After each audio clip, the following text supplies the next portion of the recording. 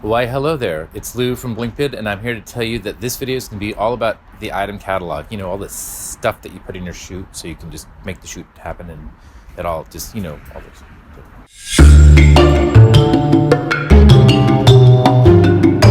Hi, and welcome to BlinkBid. In this video, we will discuss how to use the item catalog and fully take advantage of the customization available. Each personality has its own item catalog depending on the different types of jobs you do. In Settings, you can build your item catalog. Start by choosing one of our defaults to use as a base, then change, add, edit any of the line items.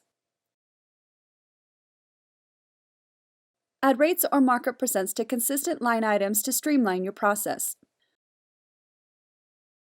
Once inside the job, click on the blue plus sign to add the necessary line items from your customized item catalog. To add a line item on the fly, click on the desired category title.